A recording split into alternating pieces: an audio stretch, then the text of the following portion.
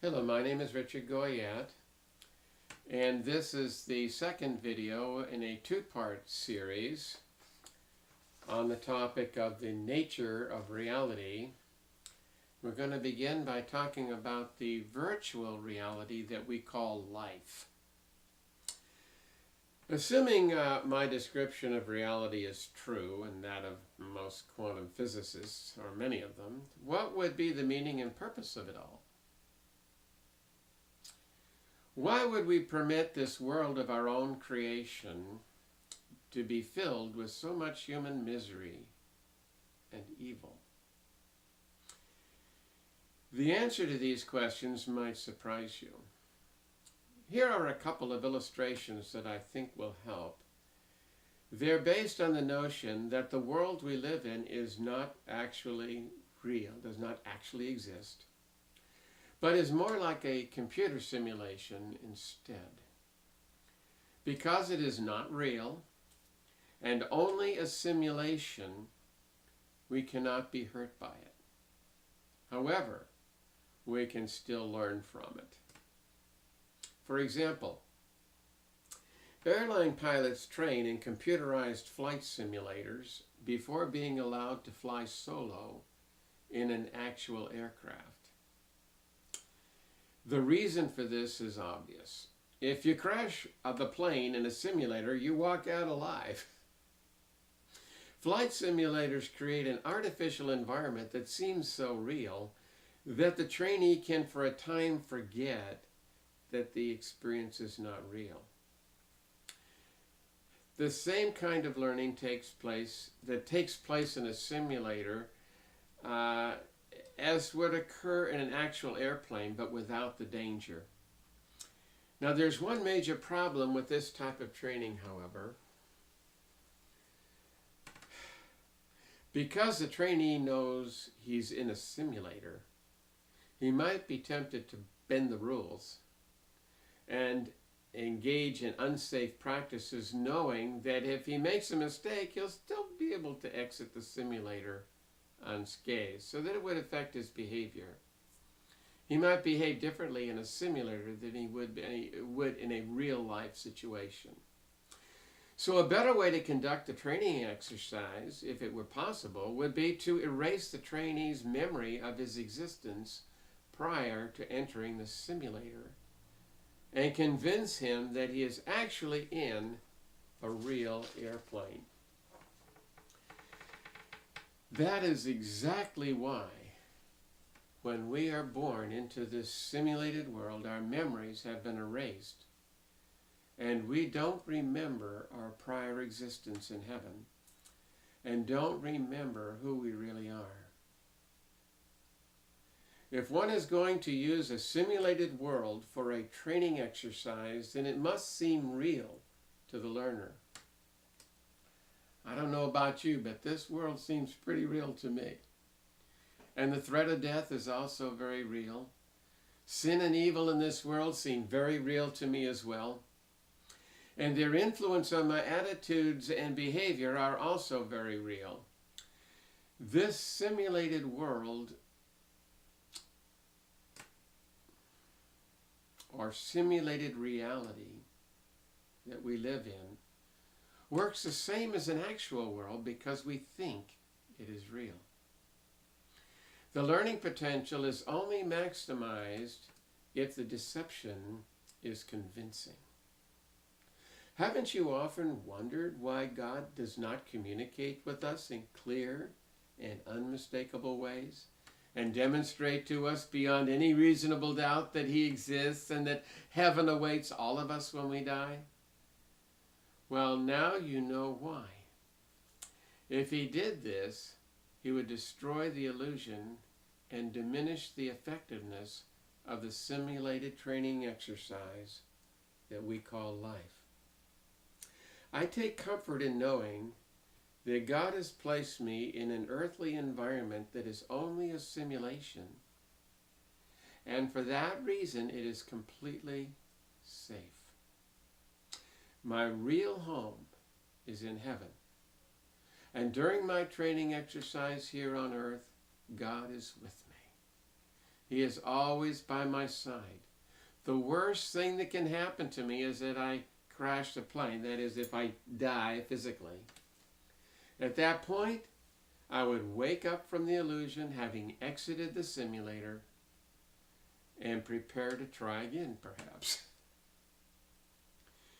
Now here's another illustration, one that might help you understand why God allows sin and evil to exist in this simulated world. Let's suppose you are a typical family and you are able to purchase a computerized virtual reality game. When your family programs the game's computer and puts on their virtual reality helmets, they are all transported together into the game and find themselves immersed in a holographic world of sights and sounds that closely approximate an alternate reality. When the game is over, the lights go back on and they all remove their helmets and resume their lives in the real world. Then they all get together and choose a new setting and storyline for the next time they play. Lots of fun and just a game. Now let's suppose you as parents would like to teach your children not to become bullies at school. So you program your family's virtual reality game to simulate a school setting. And when you put the helmets on the heads of your children, they find themselves in a virtual reality where they are nerds and misfits in a school full of bullies. You might consider that kind of a harsh treatment, but you know, it's not real. So you don't have to worry. They're not in any danger. Now you know that your children are going to experience some scary moments and a great deal of unpleasantness, and they might not handle themselves very well in that situation. At times, they would forget they are in a game and would be genuinely afraid of those bullies. While they're in the game, they would not be in any real danger because it's only a simulation. And they're actually seated right in your living room with their virtual reality helmets on, but they wouldn't know that. For them, it is not a game, but an actual reality. After the game is over and they have been awakened from their virtual reality dream, you sit down together with them and talk about what happened and what they learned. This bears a striking resemblance to the life review, which is part of most near-death experiences. Can you see the wisdom in this kind of learning? Now that your children know what it's like to be on the receiving end of bullying, they are much less likely to become bullies at their real school. To carry the analogy a step further, suppose the family played the simulation game more than once, each time changing the cast of characters they would meet and interact with in the game, in order to learn new lessons and develop further their character. One time they might decide to reverse roles and the children become the parents and the parents would become the children, and so on. At the conclusion of each game, they would meet together, carefully analyze and evaluate what happened, and discuss what they learned from the experience. For each new game, they would change the rules of engagement and tailor the situation and cast of characters to help them achieve specific developmental goals. Well, I personally believe that is exactly what happens in real life. I have done an extensive amount of reading on the subjects of near-death experiences and reincarnation, if you will, and I am convinced beyond any doubt that they are real and genuine. The evidence is very strong.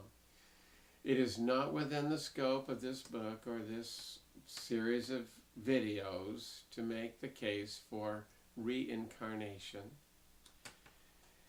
I will only say here that it fits very nicely with the latest findings of quantum physics and general relativity, and also with extensive research that has been performed and well documented regarding the existence of life after death and the existence of the human soul independently from the physical body.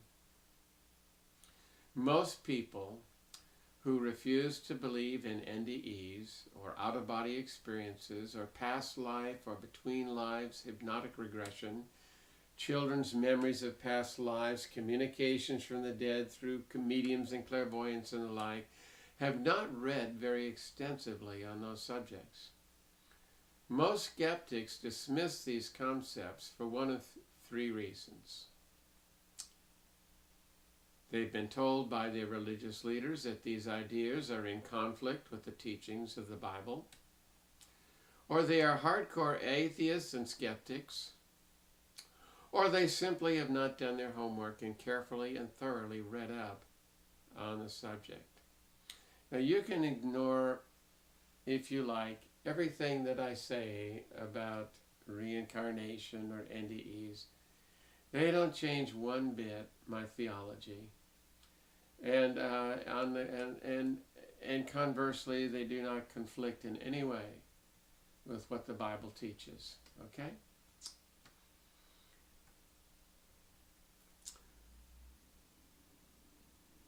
Because I came from an evangelical Christian background, I will say this. If you are a Christian fundamentalist and believe that the Bible is infallible and inerrant, including all of the Old Testament,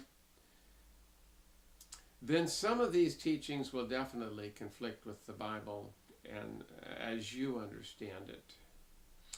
However, if you view the Scriptures as I do, as a human but inspired document and a record of mankind's changing, evolving, and improving ideas about the nature and character of God, culminating in the teachings of Jesus and his apostles, especially the Apostle Paul, then you will find much support in the Scriptures for what I have explained above. When properly translated, interpreted, and understood, I believe the Bible totally supports the universality of God's love for all mankind, his intention to redeem all humanity from sin and death, the existence of the spirit or soul independent from the physical body, life after death for everyone, the fair and equitable judgment that we all face after death for things we have done in the flesh, God's willingness to forgive even his enemies, salvation from sin and the fleshly sin nature by grace, which is undeserved love, the rule of love rather than assent to a narrowly defined set of religious dogma as the main criteria for God's evaluation of our thoughts and deeds while on earth, Jesus' oneness with the Father,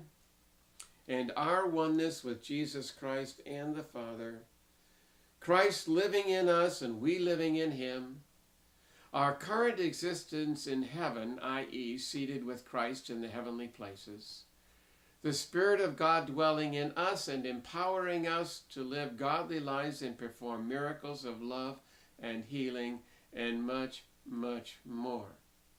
All of this ties in perfectly with reincarnation. The goal of our earthly walk is to become like Christ. For most of us, this is an ages-long process. It is accomplished not in our own strength, but by the power of the Spirit of God within us, which is, in a manner of speaking, our own human spirit or soul, our divine nature, which is directly connected with the God of all creation.